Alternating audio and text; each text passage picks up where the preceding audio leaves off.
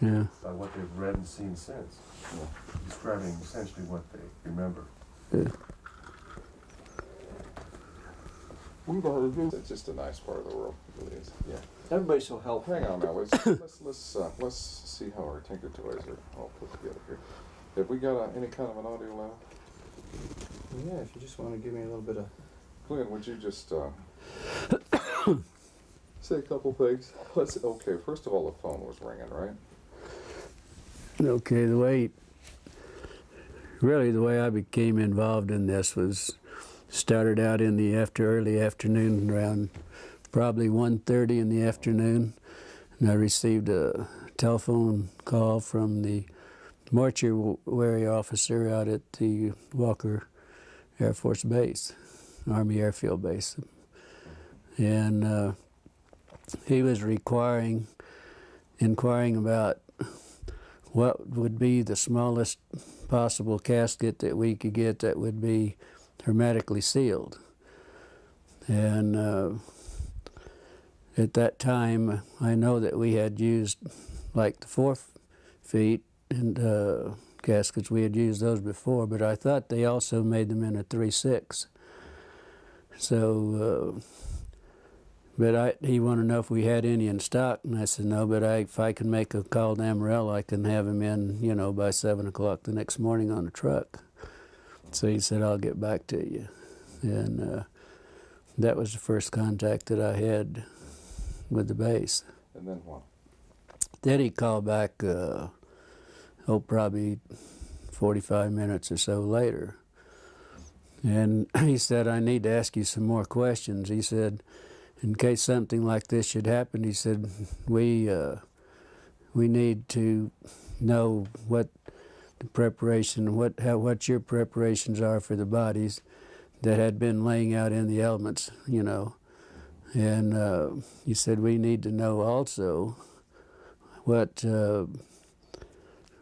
if your treatments of the bodies are the remains, what could you do to them, and if your treatments, would it change any of the chemical breakdown of the tissues, the blood? Would it make a difference? And I said, I thought probably it would. And I said, of course, he knew exactly how we would treat those bodies because we have an outline from them and what we really have to do. I think he already at that point knew exactly what we would have to do. Did he disclose to you what he had? No, I told him. I said, if you have a problem, if you want, if you have something you don't really know what to do about it, let me come out, and I'll, try to help you do whatever you want to do. And you said, and he said,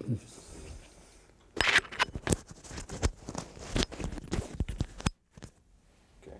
And he said, no. He said, let's just back up just a minute there. Let's start again with, you were saying you told him that you can come out and take care of what he had, right? Yeah. Why don't you pick it up from that point again? So, anyway, he said, well, we don't really have anything. He said, we're sitting here thinking in case we should get involved in something like this, what would be our preparation? Should we do? Then I went through, I said, do you really want to know how we would do it? Well, yes, we would like to know. So that's when I explained to him that we would have the vats that we would fill up with formaldehyde solution with water, and we put the bodies in them, let them stay there for 24 hours, and then take them out. And then we would pack the bodies in, would be a sawdust and really a lime, what we would pack them in, then wrap them in the plastic. That's bodies that were badly decomposed. If there was tissue, deep tissue, we would have to do it hypodermically with needles to get to the deep tissue. Then we would have to aspirate the cavities if the cavities hadn't already ruptured, and then put some cavity fluid in those. I said that's, kind of normal procedure. Now, at one point, you finally offered to take care of it for them. Well, I offered 2-3 times, yeah. Can you review what that conversation at that point? You mean when I offered to take care of them? Yeah. He said, well, we don't really, right at this time, we don't really need your assistance. But he said, in case something like this should happen, then he said we would be prepared and we would know what to do.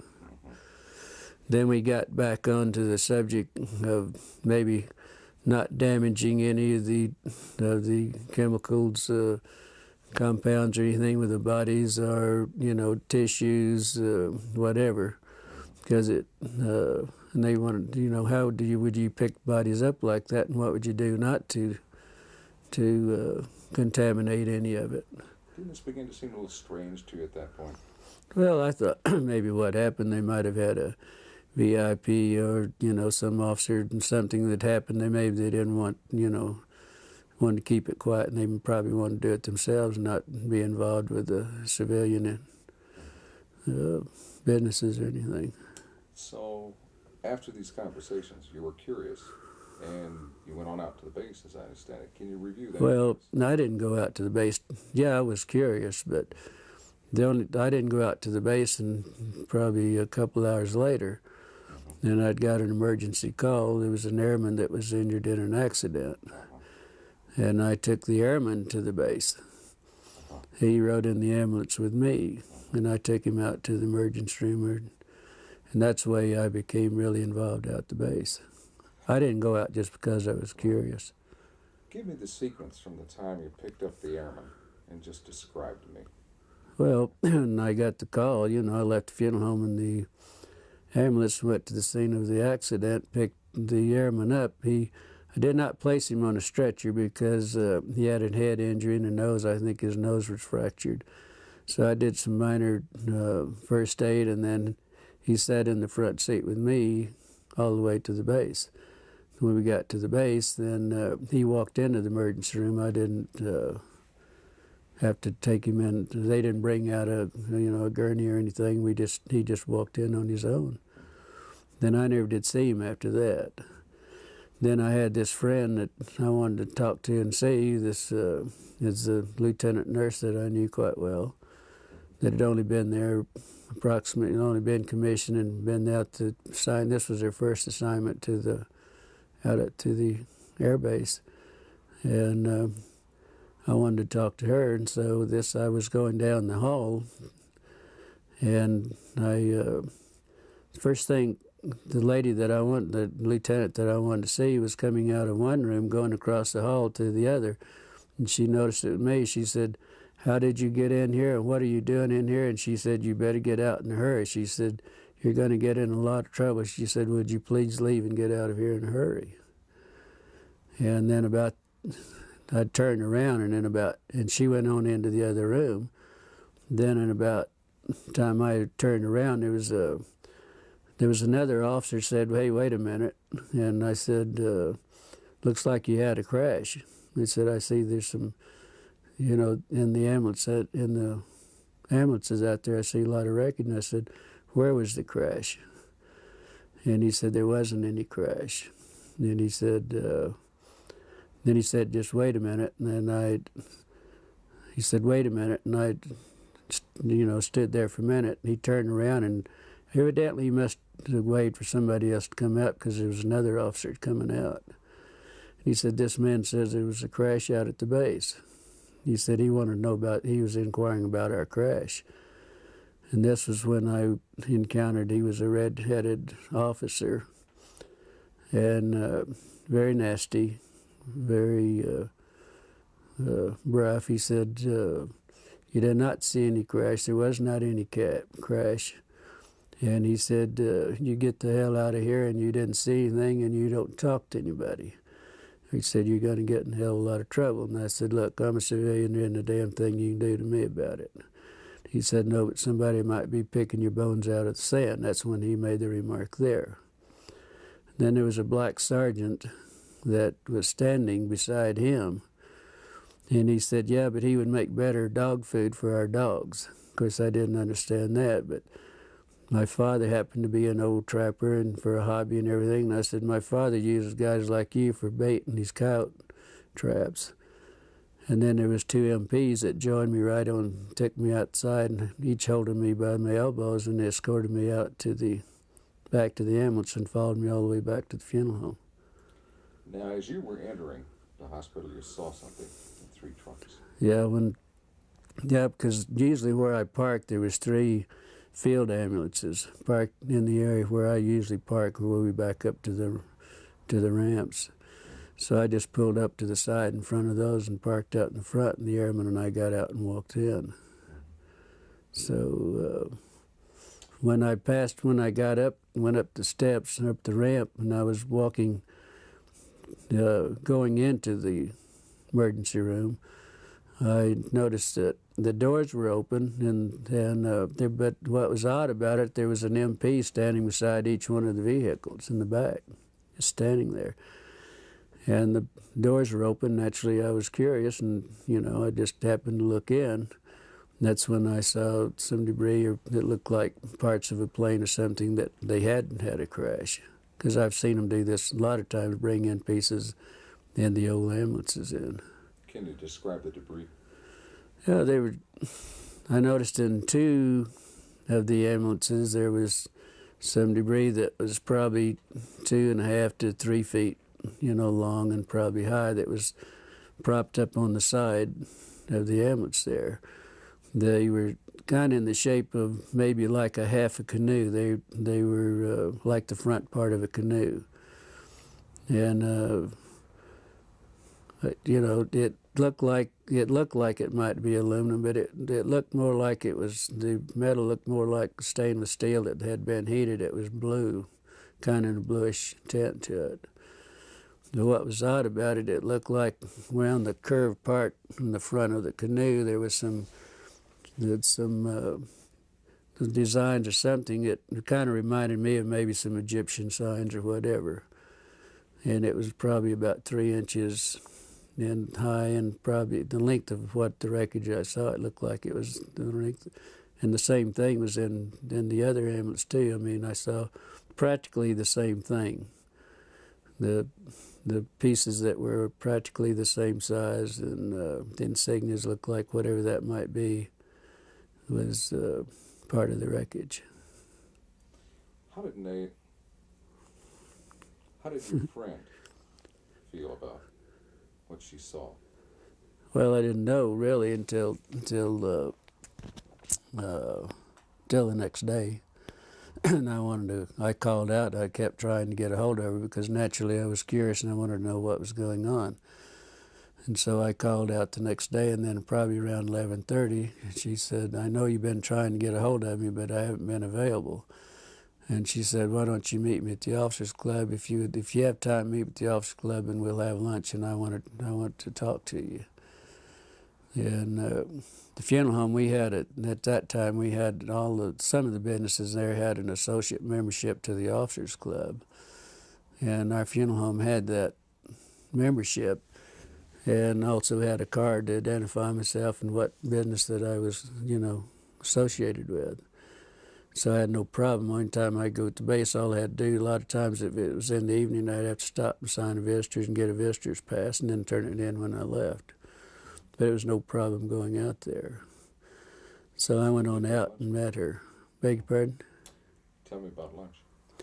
Well, we, both ordered. I'm not sure, remember what we ordered, but it was just a light lunch. But she was so upset. She looked like she was, in shock, is what she really talked like and looked like. And she said, I said, well, I was just curious. The only reason I want to talk to you was curious on what happened.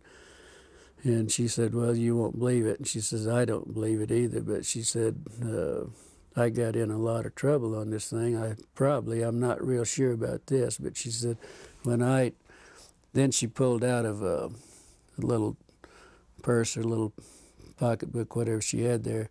She gave me a little diagram that she had drawn some figures of some arms and face and so on. She told me that this is what was in those, that it was a crash. It wasn't an airplane, but they didn't know what it was at that time. These were bodies. Yeah, but she said we have 3 bodies. There was 3 bodies. She said 2 of them were very mutilated. One looked like it might have walked out, or that it, might have lived a little while. and she explained they were like 3.5 feet to 4 feet tall. The two of the bodies were the you couldn't identify much because they were practically destroyed, and it looked like maybe that they might have been a predatory animal or something might have been doing some damage on the bodies too. How did she describe their head and their hands?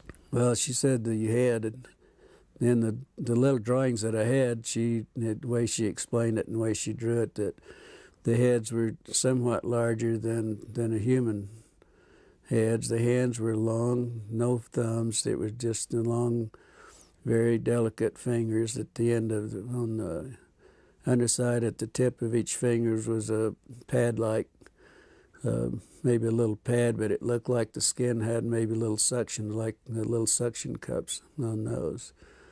On the no fingernails on the hands. The head, the lips were just a long, narrow, more or less, not full lips like we would have in most of our people, but very fine lined, very fine lips. There was no teeth. That was the inside of the mouth. It was kind of like a real a gums. Maybe it was. She said to explain it. It was almost as hard as if it was rawhide. Maybe, at that. The ears. There was only 2 small orifices on each side of the head, with looked like a couple of small lobes that might, some way that might cover both of those, but there was not a protruding ear. And also that the nose, there was only 2 small orifices in the nose. There was really no nose that was convex. It was all just flush with the face. Was she emotional about all this? Very much so. Very emotional. She would have to stop and drink water every once in a while, and also she never touched a meal. All the time we were talking in an hour and a half that we were there, she never touched her meal. Any other demonstrations of emotion? Indications of how she was upset? Well, just, every once in a while she'd go like this, then wringing her hands, and she said it was the most I've never been so horrified in my life. I've never seen anything so gruesome in my life. I've never smelt anything that smelt worse in my life. And she told me that when I saw her, she was leaving the room to go to the bathroom because she was deathly ill and was going to throw up. Did she recognize any of the doctors by the examining the body? She told me, she said, I asked her that question, which of the doctors, and she said, I don't know that I knew them, and that was her answer. So, but she said she walked in the room and they said, hey, we need you need to help us. And that was the way she became involved in it. And then she got ill. The doctors also became very ill. They would have to do a little examination, then they'd have to leave and go sit down, and then they would come back and do a little bit more. It was that bad. After your conversation with her at lunch, can you describe what happened next? How you were unable to see her again, and how you learned the... Well, yeah, we'd visited a while, and then I had to get back to the funeral home, go back to work, but then I never did see her after that. And I called out the next day to see how she was feeling, and they told me that she wasn't available. Then I wouldn't be available that day. I called the next day, and they told me that she'd been transferred.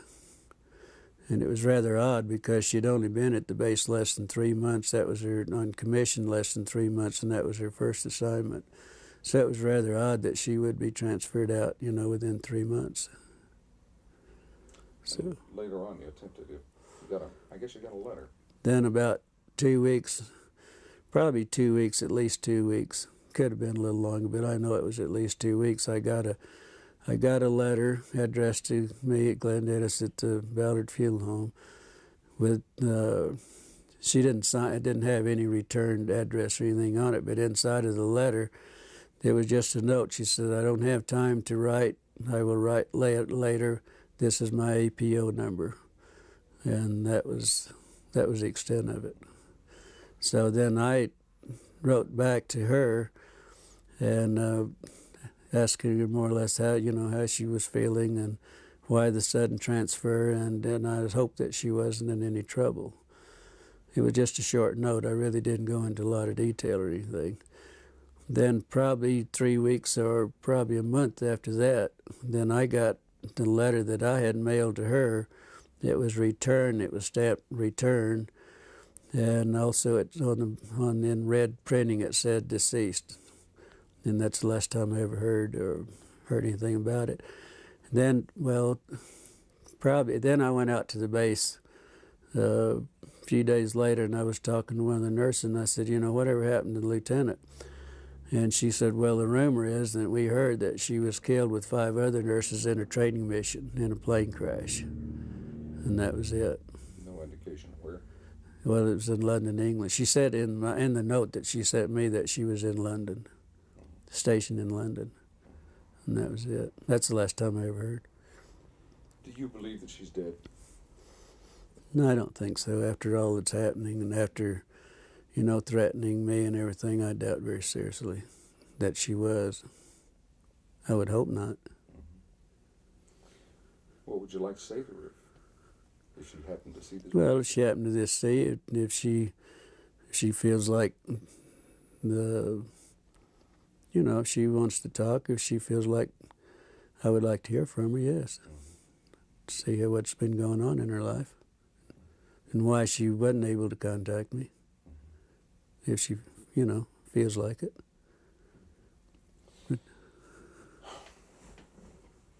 Let's stop tape for a minute. Okay. Now, the sheriff told your father you were in trouble. Okay, what happened there? Then the next day after I was there, when I had the problem with the officer and the black man, I was told my father was contacted by our sheriff, George Wilcox, which was a very close friend of my father's. They were very good friends. And he called to see if my father was home because he wanted to come out and talk to my father.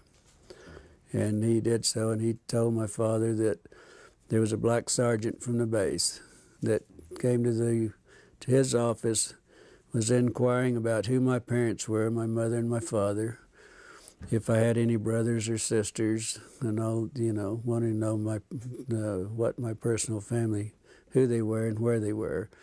George said that he knew I had some family, but he didn't know, where they were or anything else. So anyway, he told my father that he did contact my father, and he told my father that he thought I might be in some trouble. And but they evidently didn't explain why I was in trouble.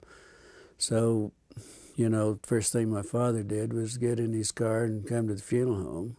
He said we had to talk because he and I were very close. We were real good friends. The best friend I ever had was my father. He said, I've got to talk. He said, if you're in trouble, he said, we've got to do something about it. And I said, I'm not in trouble. He said, well, you are. He said, George Wilcox told me that you were in a lot of trouble and that you got involved in something that you had no business getting involved in and that you could be in a lot of trouble. And I said, so I told my father the story, and he's the only man that I've ever told this story to until I talked to Stan Friedman and to you people, and that's it, period. And I did tell my father what the story was. Of course, it was, it was unbelievable for him. But then he became very upset, and he wanted to go shoot a few people and all that because they did threaten my life, and, and they, so that was the way my father heard about it, and that was the extent of my family. And he never would tell him who my brother, and I had a brother that was a fighter pilot during that time, and I had 3 sisters, and one of them was a nurse.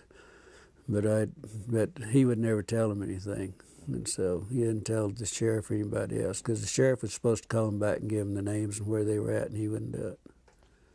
Let's get back to your friend. Did she express an opinion as to what she thought these beings were? Did she think they came with the? Well, she. the only remark that she ever made was that they definitely weren't humans as we know humans, but they could be from another planet. Or the doctors were explaining this, that they couldn't be from our planet. They had to be an alien, or had to be something else, but not in our planet. She had a phrase she used to describe how they looked to her. You remember that? You were telling me, like little black Chinamen. Well, she said that. Well, of course they were. First thing she said, they were black. They were just as black as they could be, but probably laying out in the elements in July in Roswell with 105 to 110 temperature every day and 80 degrees or so at night. I mean, that wouldn't be uncommon, because we picked up a lot of sheep herders of people that have been found dead that's laying in the desert, for days and bitten by rattlesnakes or whatever. And they do turn, as black as they can. And I know exactly what they were talking about, because with the smell and the odor being so drastic, because this is a very unpleasant situation, And let's talk about their eyes. How did she describe their eyes? Well, she said that, of course, their eyes were set back into the skull. Oh, and it was I thought it was interesting also that she said their skulls, the doctor said their skull bone structure wasn't like ours. It wasn't actually a bone. It was probably a real heavy cartilage. It looked more or less like a newborn baby. The skull was very pliable. You could mash on the skull and it would, it would give. And so the bone structure, bones were not like our bones. It was our skull and everything.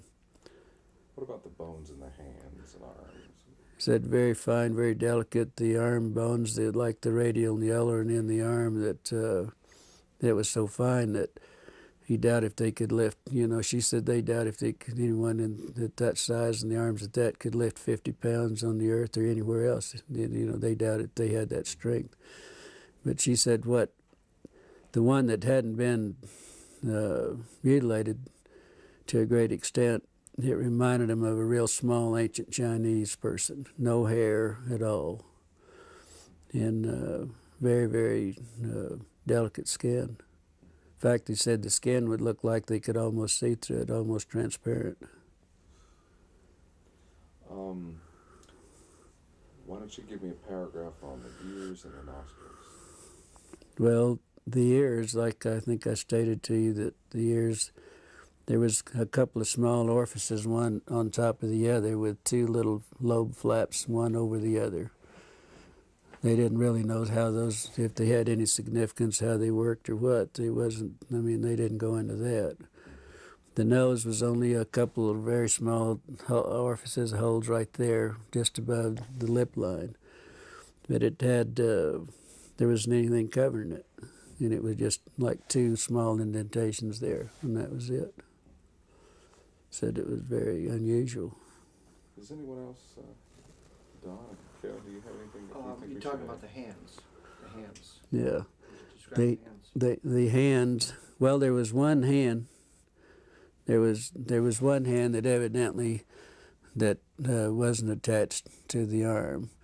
And she said that where she got sick and left the room was that this doctor had the long forceps and picked the hand up and turned it over. And that's when they noticed. Now, there wasn't any thumb. None of the bodies had any thumbs or anything. They were just long, very fine, very delicate fingers, no fingernails. But right at the tip of each finger, it looked like there was a pad. And in this pad, it looked like it might have had very small they were like little suction cups, very minute suction cups. The doctors, that's the way he explained it, that was looking at it. Let's have tapes right now. Okay. We need to get the arm as well. Okay, yes, the Which arm. goes with that. We need to go about the arm. I'll see to it that we get some dubs of other people's interviews. I just go to Kmart or wherever and buy the... I think we have the tape going now. Why don't we start with the thing? Well, he talked about the hands. So for continuity, it might be good to go to the Oh, arms. this will all be edited anyway, but we can start wherever you like. You want to go with let's start with the arms, okay? Anytime. Oh, forget the camera. Seeing if he was ready. It's not there. Yeah, It's not there. that's all right. But you were asking me to describe the arms, and this was another thing that the lieutenant brought out, that it was very the difference between theirs and ours, from the wrist to the first joint here, that it was probably 1.5 times longer than the top part up here. It was very odd looking. It was very odd, she said. And the very small arms, very small. Bone structure? Bone structure. Of course, I asked her about the bones because we were talking about the wrist bones and everything, and she said it was very similar to ours, but the bones were so small that their bones probably wasn't in the arms wasn't any larger than my finger. Wow. So. Okay, now give me 2 or 3 sentences on how they were dressed. If they were dressed. We never mentioned it. Is that Never talked about the dress. Did she say anything about sex, or was she able to determine? She said she really never. She was so sick and everything that never even entered her mind. So that was it. I guess not. No way to determine the sex of the beings then. Well, it wasn't discussed with her. It probably was, but she, like she said, I was so ill and so horrified that I don't. She said. She sat up all night, and she knew I was going to be real concerned, knew I was going to be on what happened. She knew that I got in trouble, probably. And she drew that, she sat up and made little notes on the back of these little prescription pads. And that's what, she had her notes made out, and that's what we discussed, particularly what she had. I was very interested in that you had kept so many records of the incident and pertaining to everything that you knew regarding the UFO correction, and you kept them in the there at Ballard's, and then later they disappeared. Yeah. Could you give us a well, I was really in charge of all the military contracts. I did all the bids and everything, and really took care of all the contracts myself. And that was one of my duties at the funeral home, to take care of the military.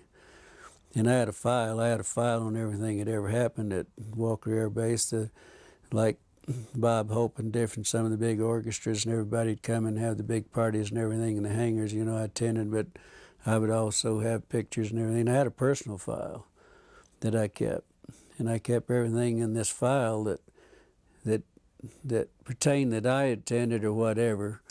And this is where I put the diagrams and the notes that she gave me was in my personal file. Well, then the Ballard Funeral Home sold at a later date, several years later, that it sold. And the people that bought the funeral home, these were files they were the old files that they kept in the basement down in the furnace room. And they had I had all the military files together in one filing cabinet. Everything had happened at the base and everything. We also had the contract at Fort Sumner Air Base. They had a glider base there, and also fighter pilot training there, and the P-47s and 51s and so on. And so I had all the files. Everything was one filing cabinet, was strictly all military. And that's where I had all this filed away. I had all this filed away. I even had the newspaper that Walter Haught, the headlines and all this. The next day I had all that in these files. What interests me is that out of all these files, all these different topics, only one was missing when you went to look for it, and that was the one pertaining to this. Yeah. Can you review that for us? Well, no, there were some of the other files were missing also, not just my own file, but my file was in the same, most all of my file was gone. But there was also some files, they had destroyed most of the files that were pertaining after a certain years. They just gotten rid of them. Mm-hmm. And they told the manager of the funeral home, that's the manager there named Raymond Otero, also told me that he knew my file was there, Joe Lucas, that was manager at that time, knew my files were there, and he and I'd had some personal problems, and he said, get rid of his damn files. We don't want anything that remind us of him. And that's where the files went, really. There was some discussion about how to preserve the bodies, Right. dry ice and that sort of thing, and you kind of addressed Oh, that, well, where they got the ice and things. Then the mortuary officer, what would you do if you had to ship one out? And but you couldn't do anything to it. I mean, that you couldn't, do any treatments or anything. What would you do? I said the only thing you could do that I would suggest, that first thing, if you have a problem, don't want to destroy any of the tissue, any blood cells, anything that you don't want to destroy, I would suggest that you contact a pathologist. And I said, I'm sure the Army Airfield, somebody's got some pathologists around. I didn't know that they had one in Roswell, but I said, if I were you, I'd call a pathologist and ask him how he would like to have it done, or whatever you're going to do, or whatever it is. You better do what the pathologist, because he's the one that's going to do the autopsy and make the reports. But I said, the only thing I know you could do is just go to Clardy's Dairy or Sunset Creamery, we had 2 at the time, and buy all the dry ice you can and pack them in dry ice, if that's possible. And that's what I suggest that they do. Excuse me, Glenn, you're hitting my mic with your Oh, thumb. sorry about that. It's all right. I've done it at least 8 times Oh, already no, it's this not week. personal. I guess. No. Okay, what do you think? I think as a suggestion, you might want to do that part again if you think you'd like to use it, because The dry ice? you probably hit it just a few times. And it might Oh, sorry about that. Isn't this picky business? Glenn Dennis, take 2, Clarity Yeah. Dairy. All right, let's go back and go over the dry ice then again. Well, okay.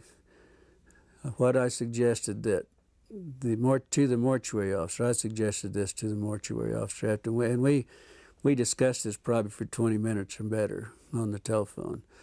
And I kept telling him, hey, if you have a problem, if you got something out there, if you need our services, we have the contract, I would be glad to come out and help you take care of it. And he said, no, this is for future. Kept always referring this was for future use in case we did have something.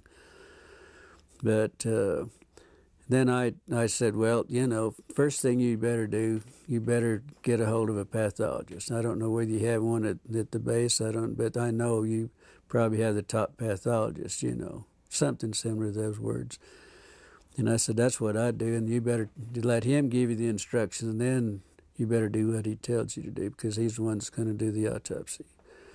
And if it's this sensitive, you better do what he tells you.